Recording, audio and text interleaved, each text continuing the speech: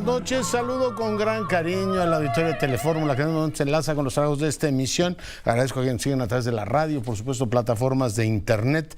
La tormenta Otis está frente a las costas de Oaxaca y va a ocasionar fuertes lluvias en el sur del país.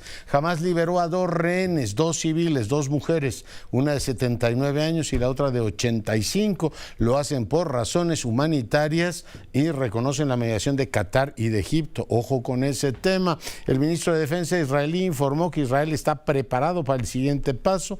Ya se oye ruido de sables y tambores de guerra en aquella parte del mundo. Massa del partido peronista gana las elecciones en Argentina. Le gana a Javier Milei, pero van a segunda vuelta. Massa obtuvo 36% de los votos y Milei 30%. El 19 de noviembre se verán las caras. María Corina Machado ganó las elecciones primarias de la oposición allá en Venezuela arrasadoramente con el 94% de los votos. La presidenta Norma Piña de la Suprema Corte de Justicia advirtió que no hay condiciones para un diálogo entre poderes una vez que pues el Senado de la República dijo la invito pero no la invito.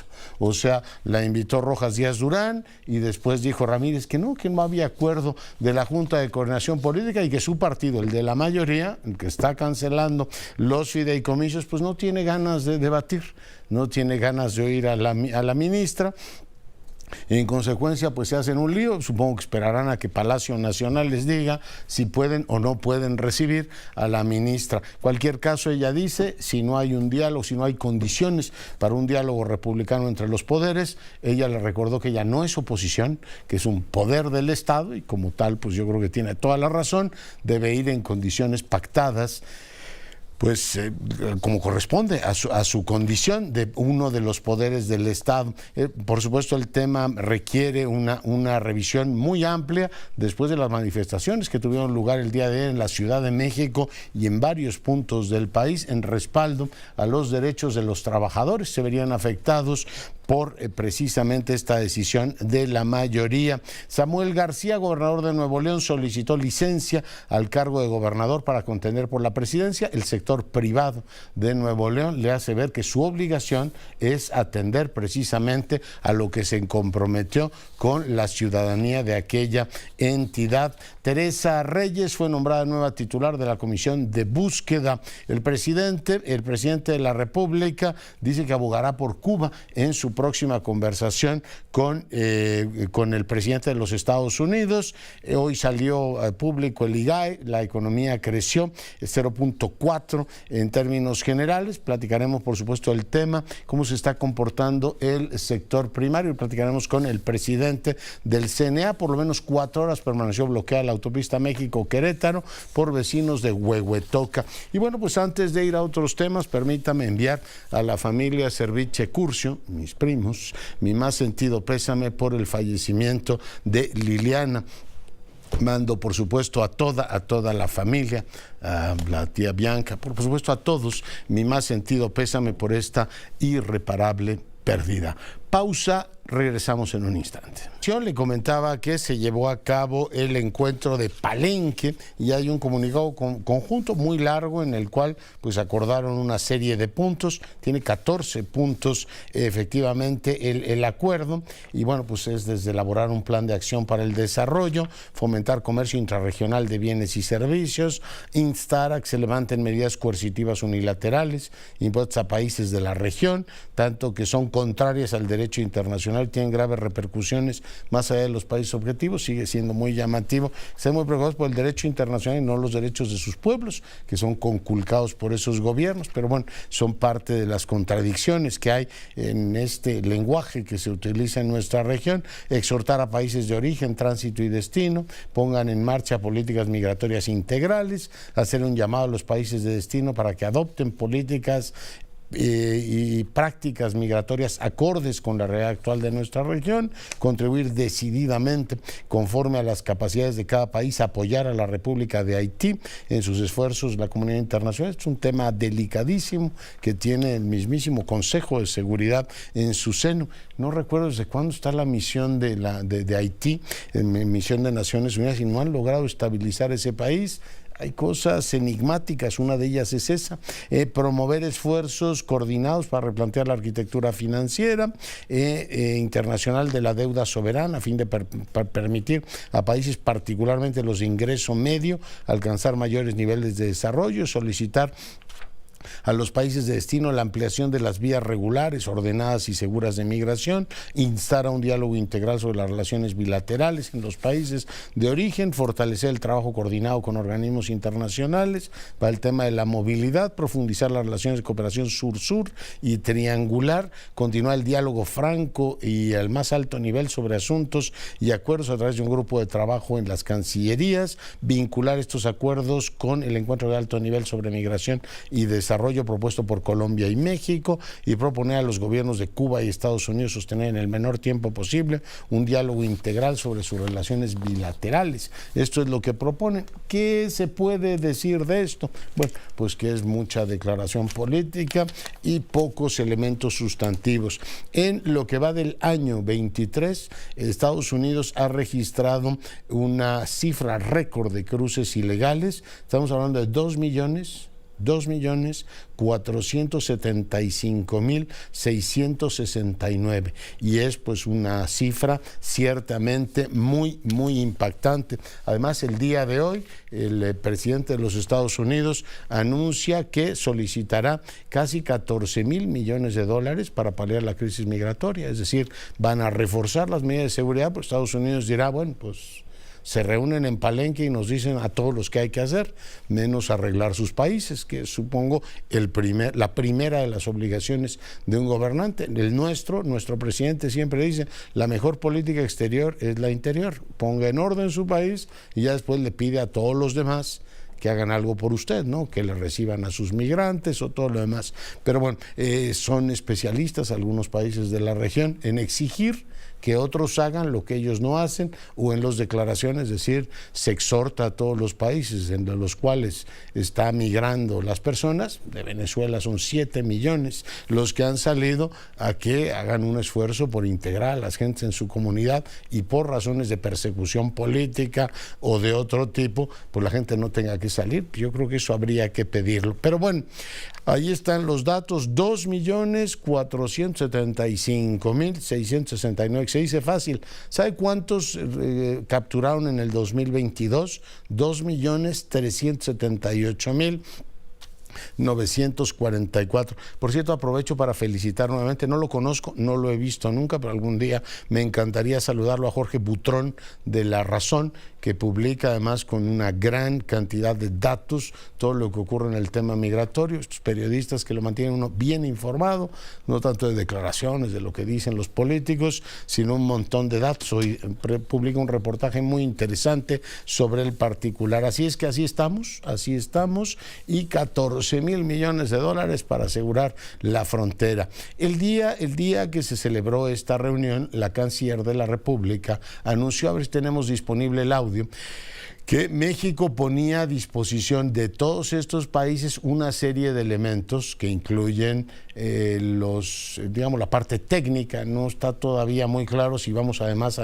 a dar dinero, es decir, si se va no solamente a capacitar a los países para que aterricen estos programas, sino también dinero. Pero escuchemos lo que dijo la canciller Bárcena.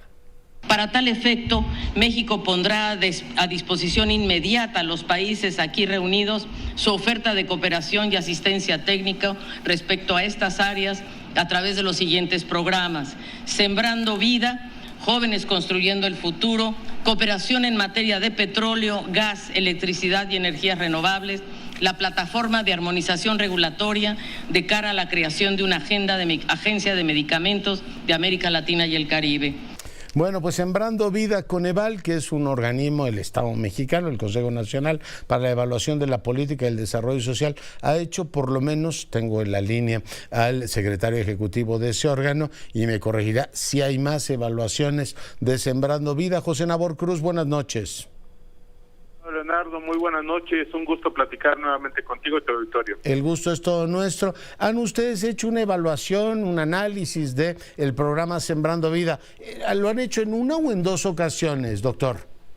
Estamos ya tenemos 2 resultados de evaluaciones y ahora mismo estamos realizando una tercera, que es la evaluación de impacto. Te platico muy rápidamente, de acuerdo al horizonte de evaluaciones que tiene como un periodo de 6 años, que es justamente la temporalidad de un gobierno federal, el Coneval ha construido como parte de sus metodologías, pues 3 grandes momentos de diferentes tipos de evaluación que realizamos a los programas sociales federales. En 2019 y 2020 iniciamos con 17 evaluaciones de diseño con trabajo de campo, entre ellas estuvo Sembrando Vida. En 2021, ya hacia la mitad del sexenio, realizamos evaluaciones de procesos que, como su nombre lo indica, justamente tratamos de ubicar algunos de los procesos operativos del programa y analizamos la parte operativa del mismo. Y ahora mismo, te comento a ti y a tu auditorio, hace prácticamente 2 meses comenzamos la evaluación de impacto del programa Sembrando Vida y esperamos tener resultados que haremos públicos en su momento, seguramente hacia el segundo trimestre del siguiente año. O sea, podríamos decir así, simplificando, que tiene calidad de exportación. Leía en el documento, por ejemplo, correspondiente al 22, que tiene claridad en el proceso de selección de beneficiarios y solicitud de apoyos, cosa que no todos los programas tenían. Doctor. Efectivamente, el programa ha ido madurando a lo largo de estos, pues ya prácticamente 4 o 5 años, ha tenido afortunadamente avances y sobre todo entendiendo, una vez que Coneval también ha revisado la información que se ha hecho pública en cuanto a la implementación de algunos países como El Salvador, Honduras y Guatemala, que ya han entrado operación este programa en los últimos 2 años, inclusive algunas de las recomendaciones que desde la primera evaluación que realizamos, que fue la evaluación del diseño con trabajo de campo, hicimos mucho énfasis para el caso mexicano, pero que también sugerimos para estas experiencias en estos países centroamericanos, que es muy importante, es crucial valorar los temas de coordinación interinstitucional en los diferentes niveles de gobierno, así como fue aquí en México, que tuvo evidentemente un accionar interinstitucional entre las entidades federativas e inclusive los gobiernos municipales, donde se aterrizó y se implementó el programa. Pues esto claramente recomendamos que también se pueda replicar en los gobiernos, en los estados centroamericanos, porque es crucial y sí hemos visto que ha ayudado mucho en el mejoramiento de la parte operativa del programa, la conexión interinstitucional. Habían detectado, por ejemplo, problemas de desabasto, ¿no?, en la proveeduría local, desde cosas tan elementales como bolsas de plástico para las propias plantas y una falta de infraestructura para la concentración y distribución de materiales del programa. Doctor. Efectivamente, fue uno de los elementos de los primeros hallazgos que tuvimos tanto en la parte de la evaluación de diseño como ya en esta segunda evaluación de procesos que, como te comentaba, hicimos pública hacia 2022.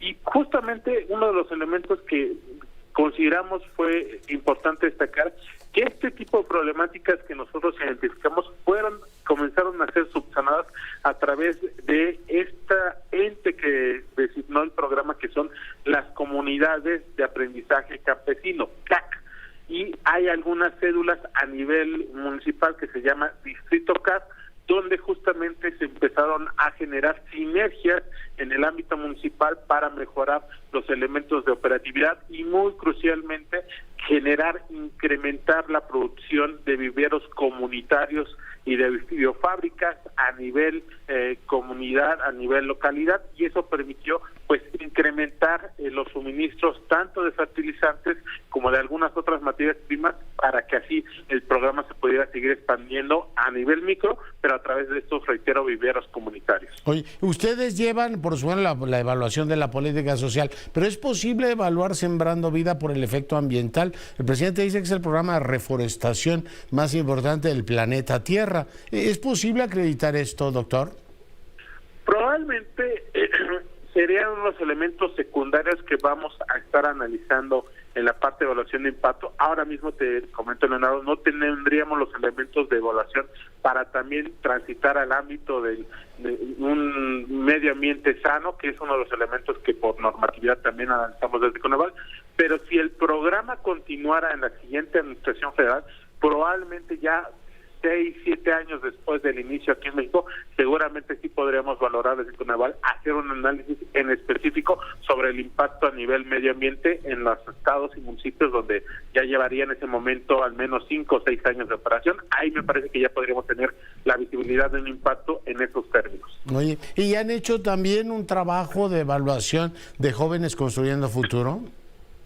Así es, hicimos en su momento las 17 evaluaciones de diseño con trabajo de campo. En este momento no tenemos contemplado una evaluación de impacto para 2023, pero sí estamos valorando realizar una evaluación de impacto probablemente hacia 2024 de Jóvenes Construyendo el Futuro, porque también fue uno de los programas que capturaron un peso presupuestario importante a lo largo de todo este sexenio. Muy bien, pues muy agradecido, secretario, por el enlace. No, al contrario, que pase una excelente noche. Muchas gracias. Gracias, el doctor José Navarro de Cruz, secretario ejecutivo de Coneval, hoy platicando con usted.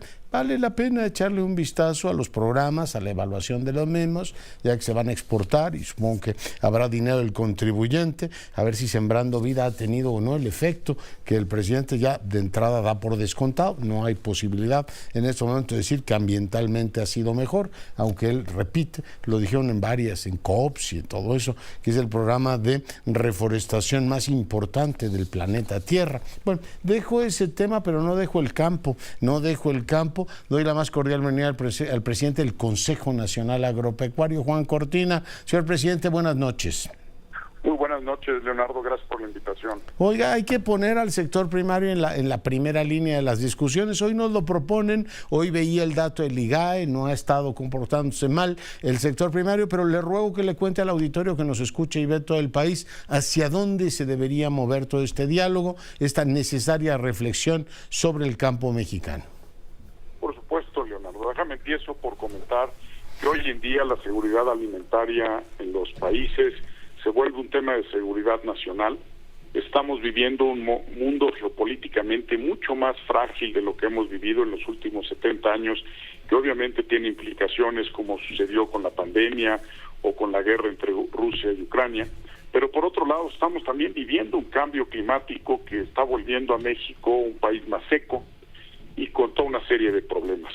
Y en ese sentido creo que es muy importante que se escuche las voces de todo el sector agroalimentario nacional, que lo que necesitamos es que tengamos política pública que ayude en el mediano y largo plazo a mantener todo lo que se ha construido en los últimos 30 años y que lo podamos seguir creciendo para que 130 millones de mexicanos puedan alimentarse todos los días de una manera no nada más adecuada y sustentable, pero sino también a precios adecuados.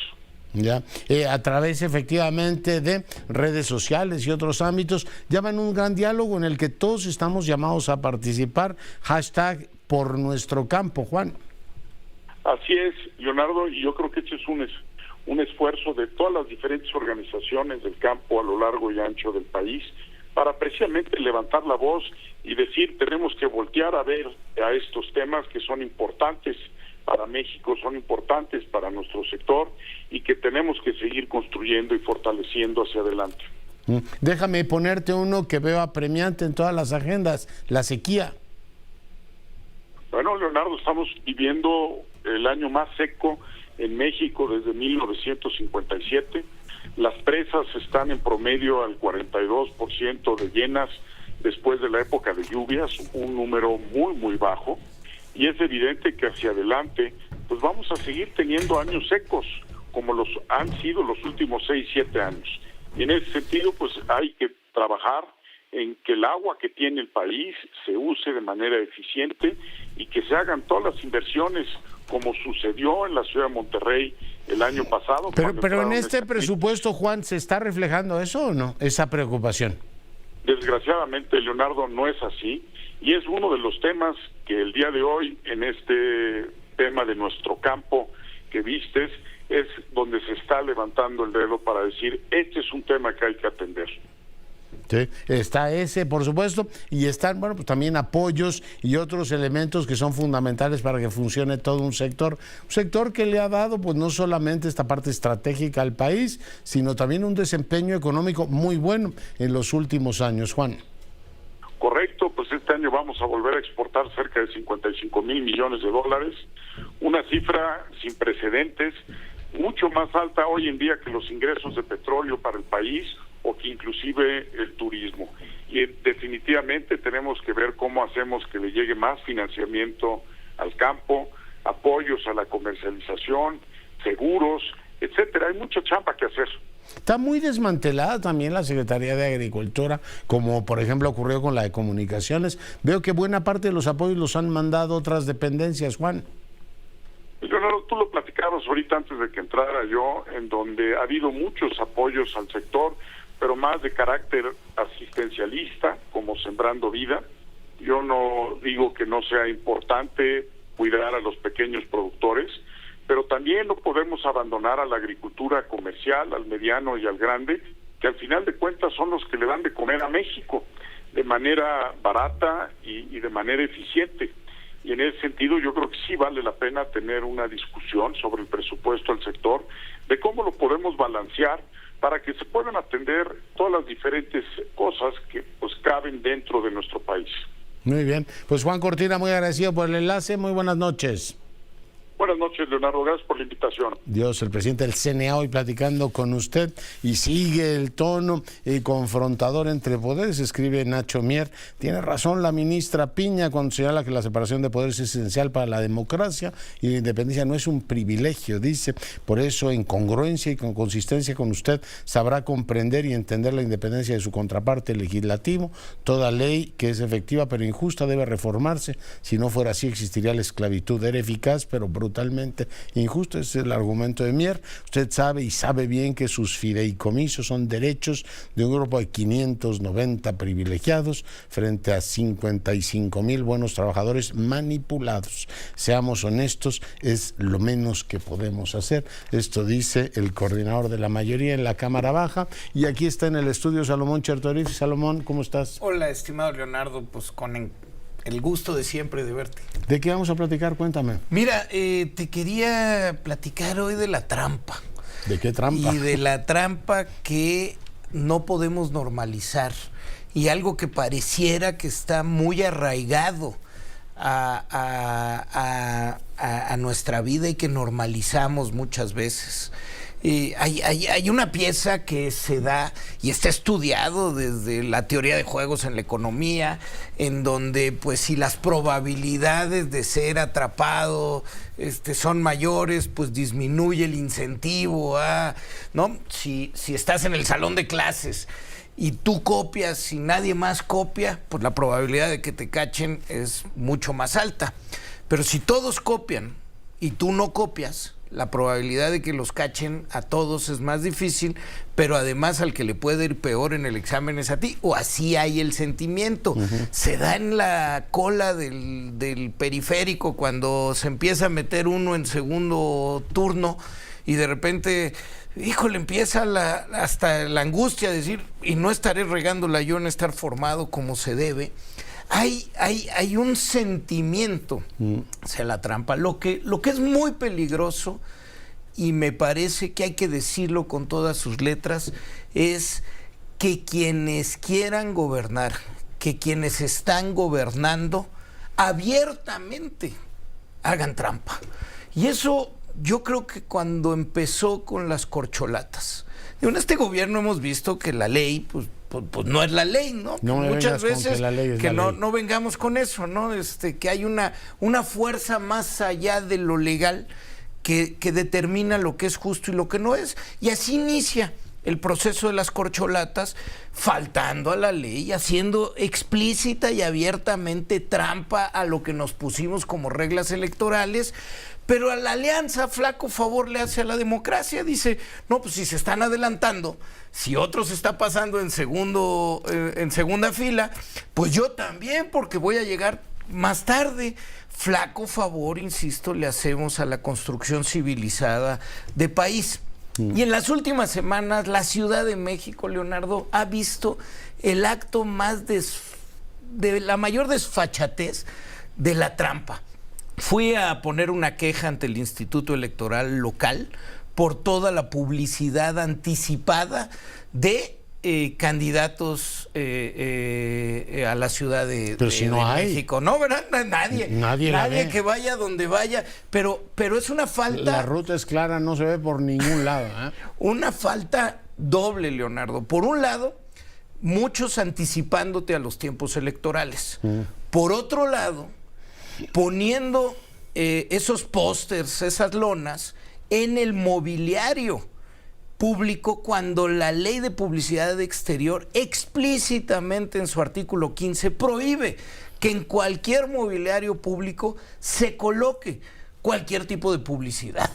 Yo he ido a quitar esta publicidad. Me parece que no podemos como ciudadanos permitir y normalizar que la trampa se vuelva una medida, pues ahí está. Y déjame decirte otra cosa, incluso quienes estamos presentando, por ejemplo, nuestro informe como legisladores o como gobernantes, tenemos derecho a hacer publicidad, pero hasta para presentar esa publicidad hay reglas y hay legislación.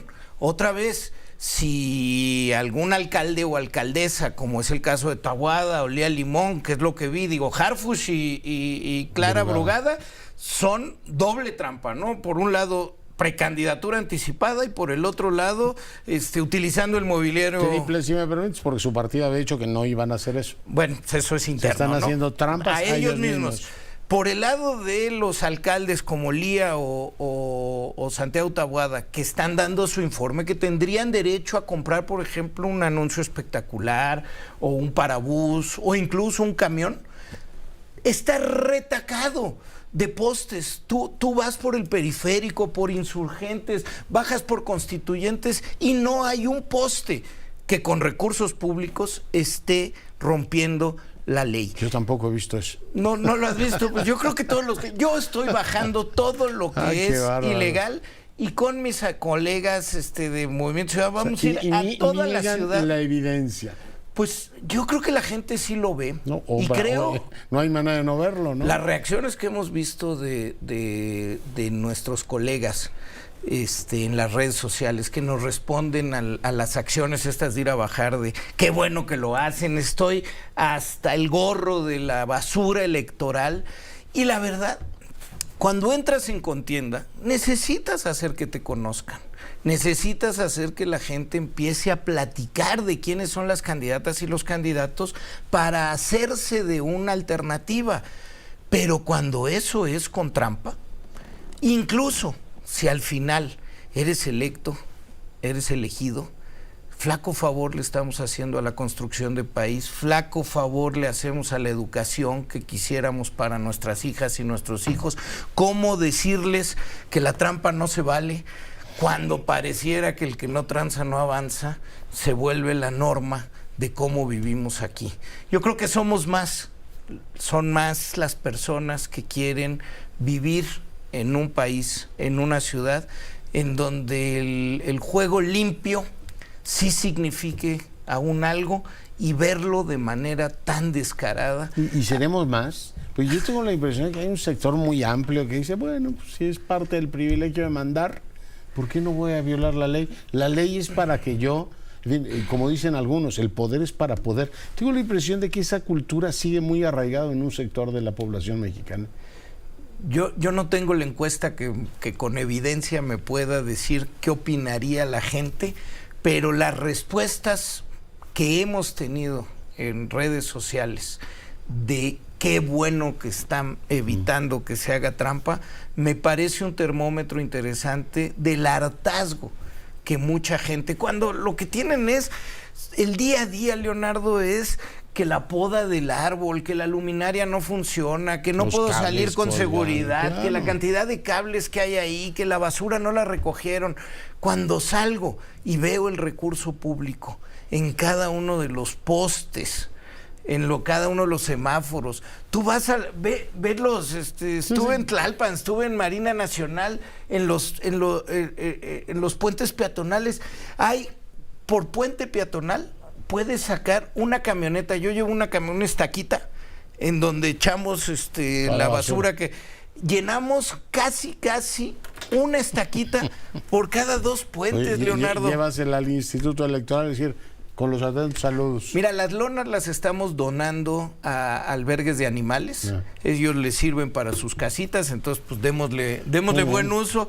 Pero otra vez, la trampa no puede ser la norma y debemos todos de decir, eso no se vale, y enseñarnos a tratar de jugar limpio. Salomón, muchas gracias. Nos vemos aquí la semana próxima. Por favor, Leonardo. Pausa, volvemos. Semanas hemos venido conversando con todos y todas las aspirantes a rectores de la Universidad Nacional Autónoma de México. De hecho, en nuestro sitio puede usted consultar todas las entrevistas y ya se está dando el diálogo entre la Junta de Gobierno, toda la auscultación, que es el proceso más delicado para la elección de rector, de rectora. En este caso se está dando, ¿no? Veo que ya distintos candidatos, veo que Sergio Alcocer acaba de tener hace un rato la conversación con la Junta de Gobierno, y así todos los aspirantes estarán dando pues sus puntos de vista y ante la Junta de Gobierno, que es, como usted sabe, el órgano que decide quién va a ser el rector o rectora de la Universidad Nacional Autónoma de México. Pendientes de eso,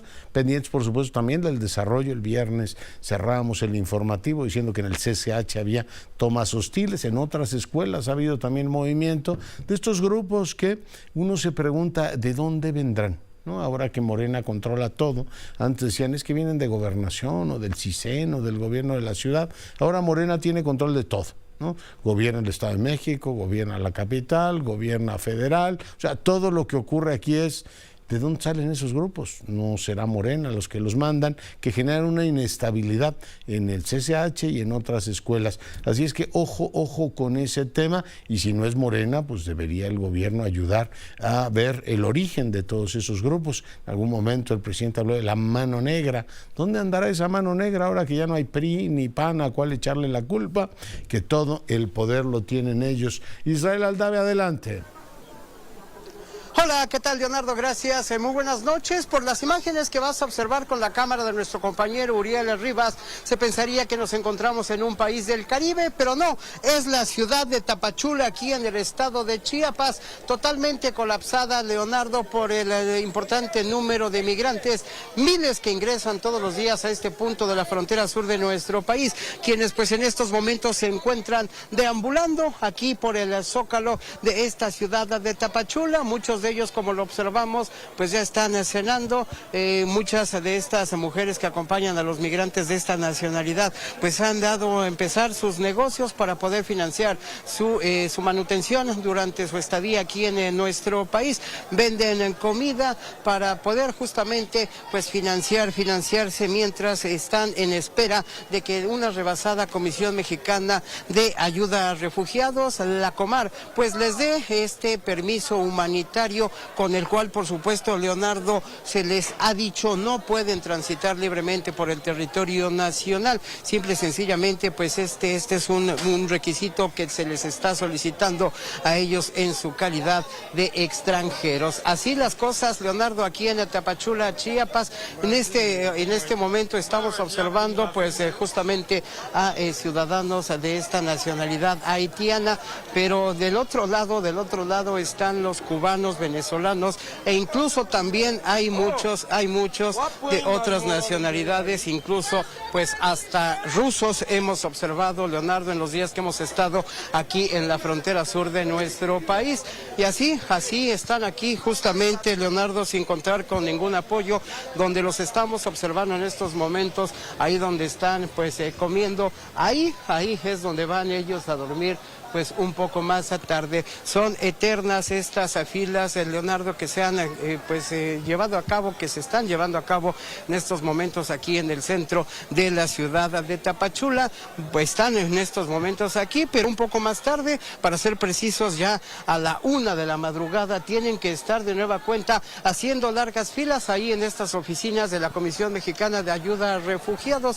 Largas filas porque pues están en espera, como te lo comentaba, Leonardo, de recibir pues salvoconducto, esta condición de asilo aquí en nuestro país. Se les cita justamente a esa hora pues para que puedan ingresar a las 8 de la mañana, Leonardo, a esta Comisión Mexicana de Ayuda a Refugiados, que verdaderamente es inoperante hasta estos momentos, Leonardo. Muy bien, pues Israel, te agradezco mucho el enlace. Muy buenas noches.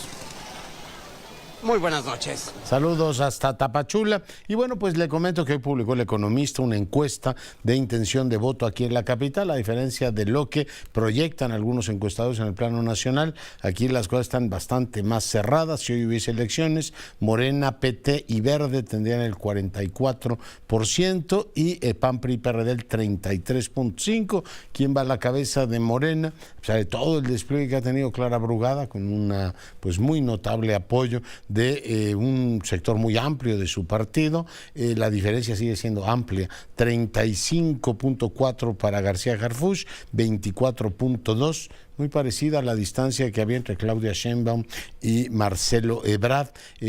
Muy lejos está Hugo López-Gatell con 7 puntos, Mariana Boy prácticamente no pinta, 3%, y Miguel Torruco, que se apuntó de último minuto, 1.7. Eso sí, ninguno opina el 21%, cual pues debería tomar en cuenta esto la autoridad morenista, y 7.6% confiesa que no sabe o no contesta. Es la encuesta que hoy publica Mitofsky en El Economista. María Marván, doctora, ¿cómo estás?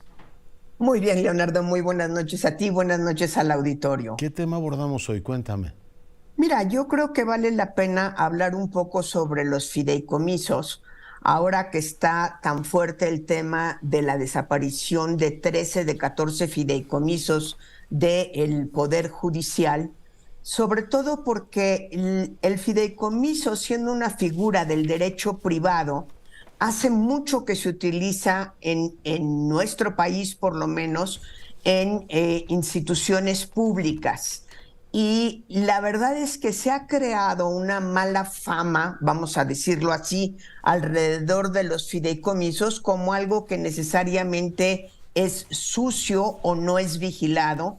Y yo creo que es importante recordar que desde que apareció la Ley de Transparencia en el 2002, el IFAI, entonces el INAI ahora, ha sido sumamente exigente con la transparencia de los fideicomisos, tanto de los fideicomisos que se convierten en instituciones y tienen una estructura y demás, como en los fideicomisos que son, por decirlo así, una cuenta bancaria, si me permites la comparación.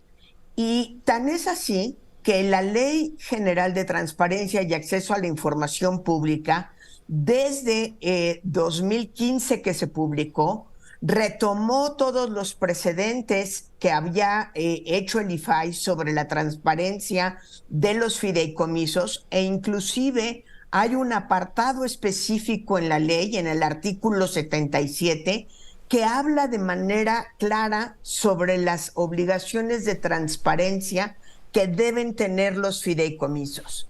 El INAI ha hecho recurrentemente evaluaciones de los diferentes sujetos obligados, y la verdad es que tanto la Suprema Corte de Justicia de la Nación como el Consejo de la Judicatura saca calificaciones muy altas. Esto quiere decir que sí están cumpliendo con la transparencia que la ley les obliga sobre la información propia de los fideicomisos. Creo que es importante esto porque se han satanizado los fideicomisos como si de entrada significaran corrupción.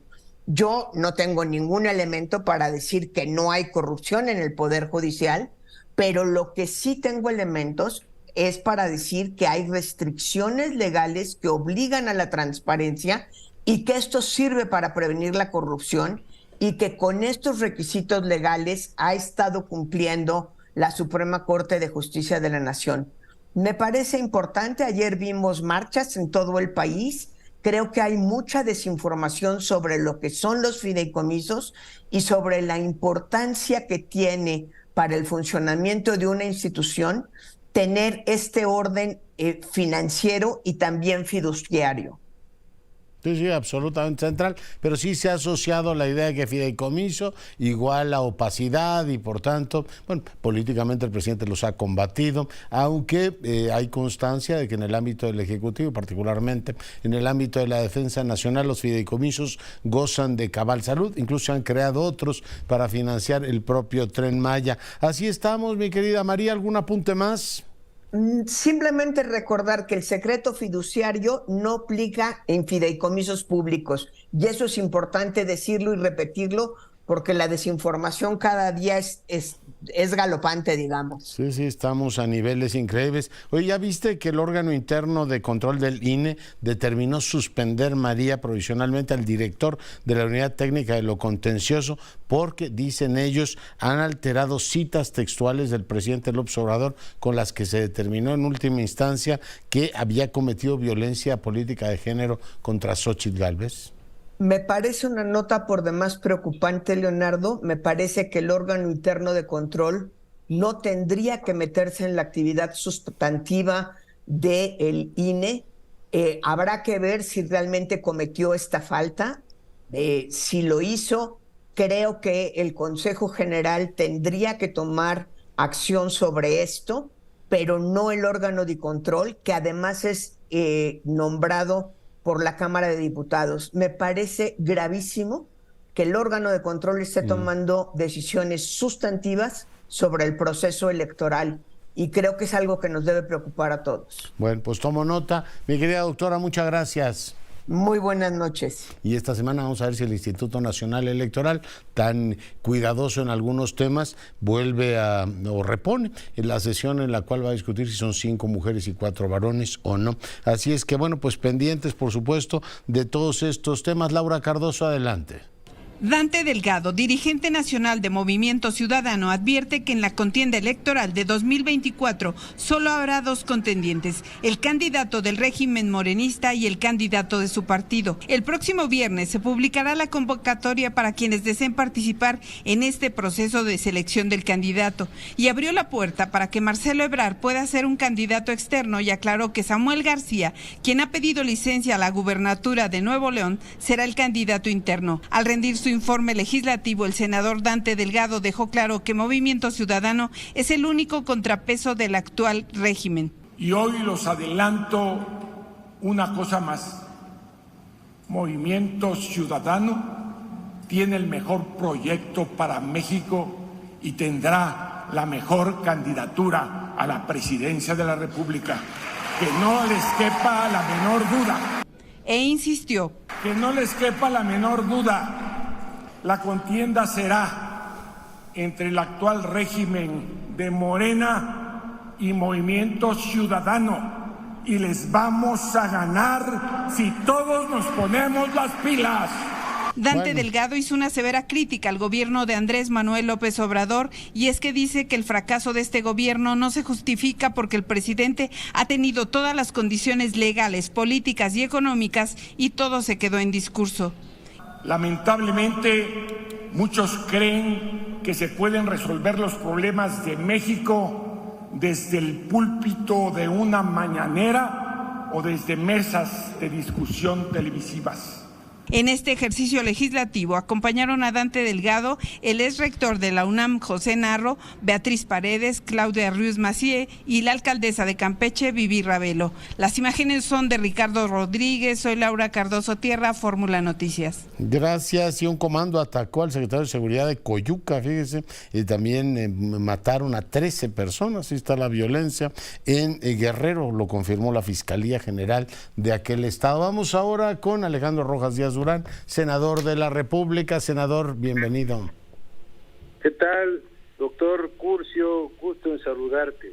El gusto es mío. Senador, invitan, o tú invitaste a la ministra Piña, y resulta que el presidente de la Junta de Coordinación Política dice que ese no es el sentimiento del partido. ¿Nos puedes aclarar qué ocurrió? Bueno, hubo invitación pública primero de parte del grupo parlamentario en una conferencia de prensa en el Senado, donde el senador Cravioto, quien es nuestro vocero, acompañado de una buena parte de nuestro grupo, invitó públicamente a la ministra Norma Piña para que viniera al Senado de la República. Incluso le ofreció que su presentación fuera en el Pleno o en comisiones, como ella quisiera. Y luego el senador Cristóbal Arias, cuando fijamos posición respecto a la minuta que envió la Cámara en la sesión pasada, también invitó desde la tribuna a nombre del grupo parlamentario, reiteró la invitación, y yo estuve en coordinación con el senador Eduardo Ramírez para lo mismo, y yo la materialicé firmando esta invitación a la ministra, quien cordialmente aceptó, cosa que agradecimos nosotros, yo en el personal y muchos de nosotros los senadores y senadoras de Morena, porque creemos que en esta etapa o en este clima de confrontación política es fundamental abrir espacios para el diálogo democrático entre los poderes de la Unión, en este caso el poder autónomo del policial de la Federación y el poder legislativo, que también tiene una independencia constitucional. Ese era el objetivo, y yo confío en que mañana en la reunión del grupo parlamentario rectifique el senador Eduardo Ramírez y podamos abrirle las puertas no a la ministra Norma Piña, sino precisamente a un poder que tenemos la obligación que escuchar, porque la Carta Magna nos mandata a los legisladores que tenemos que tener colaboración entre los poderes públicos de la República. Ese es el mandato constitucional. ¿Y confías en que eso pueda ocurrir? Porque ya la ministra dijo, oiga, si no hay condiciones no voy, ¿no?